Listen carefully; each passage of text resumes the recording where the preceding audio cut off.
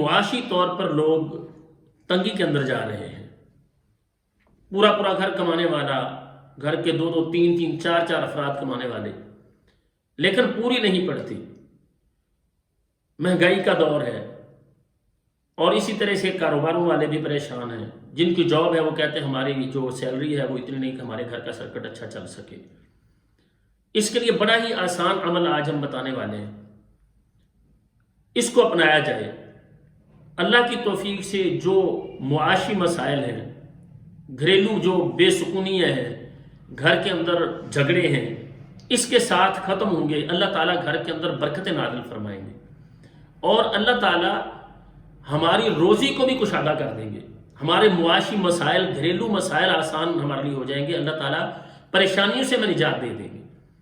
بہت ہی آسان عمل ہے. ایک تو یہ ہے کہ ہم اپنے گھر میں داخل ہونے کی دعا اور نکلنے کی دعا اس کا اہتمام کریں، کیونکہ رسول اللہ صلی اللہ علیہ وسلم جب گھر میں داخل ہوتے تو بسم اللہ ولجنا و بسم اللہ خرجنا وعلی اللہ ربنا توکلنا، یہ دعا پڑھا کرتے تھے. اور گھر سے نکلتے وقت نبی کریم صلی اللہ علیہ وسلم یہ دعا پڑھتے تھے، بسم اللہ توکلت علی اللہ لا حول ولا قوت الا باللہ. چھوٹی چھوٹی دعائیں ہیں، انہیں ہمیں یاد کرنا چاہیے. اور اس کے ساتھ ساتھ جب گھر میں داخل ہوں السلام علیکم ورحمۃ اللہ وبرکاتہ، اسے اپنی عادت بنا لیں، اس کی روٹین بنا لیں. گھر کے تمام افراد، معاشی طور پر پریشانی ہے اس کے لیے بڑا آسان ہے. گھر کے تمام افراد اس عمل کو کریں. گھر میں جب بھی داخل ہونا ہے تو گھر میں داخل ہوتے وقت السلام علیکم ورحمۃ اللہ وبرکاتہ کہنا ہے. اب اس کے ساتھ کیا ہے، ہم اللہ تعالیٰ سے دعا کر رہے ہوتے ہیں.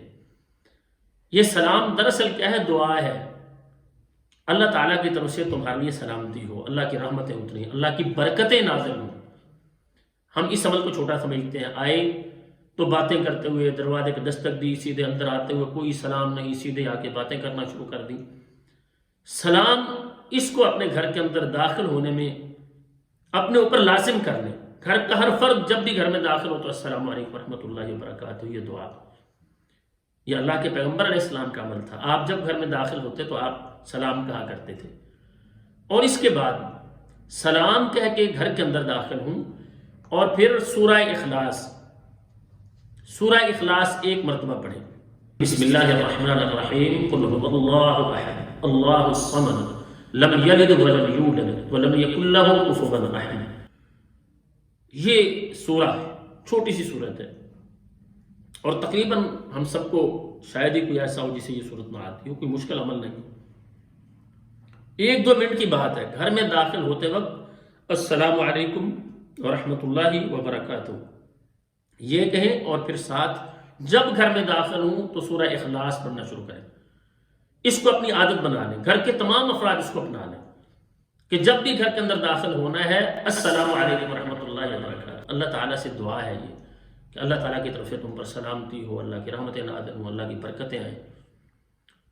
اور اس کے بعد سورہ اخلاص. مطلب کیا ہے کہ جب بندہ اللہ تعالیٰ کی توحید کا کلمہ کہتا ہے، قل هو اللہ احد، کہہ دیجیے اللہ تعالیٰ وہ اکیلا ہے، اس کا کوئی شریک نہیں ہے، وہ آسمان و زمین کا خالق اکیلا ہے. لم یلد ولم یولد، نہ اس کی کوئی اولاد ہے نہ وہ خود کسی کی اولاد ہے، اور اس کا ہمسر کوئی نہیں ہے. مطلب یہ ہے کہ ہمارے مسائل تمام کے تمام معاشی یا ہمارے گھریلو مسائل جتنے بھی ہیں ان سب کا حل کس نے کرنا ہے؟ اللہ تعالیٰ نے کرنا ہے.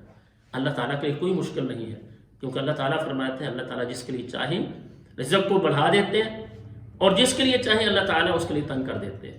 جب بندہ اللہ کی توحید کا کلمہ کہتا ہے گھر میں داخل ہوتے وقت، اور اس نیت کے ساتھ کہہ رہا ہوتا ہے کہ یا اللہ رزق دینے والا بھی تو ہے، خالق مالک رازق سب کچھ تو ہے، سب کچھ کرنے والا تو ہے، تجھی سے مانگتے ہیں ہمارے گھر میں اپنی برکتیں، رحمتیں اور رزق، کشادگی رزق میں یا اللہ عطا فرما دے. تو اللہ تعالیٰ اپنے بندوں کی دعا قبول کرنے والے ہیں.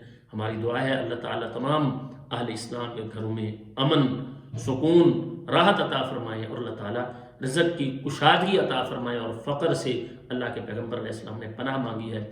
اللہ تعالیٰ ہم سب کو ہر طرح کی فقیری، محتاجی سے نجات عطا فرمائے. السلام علیکم ورحمۃ اللہ وبرکاتہ.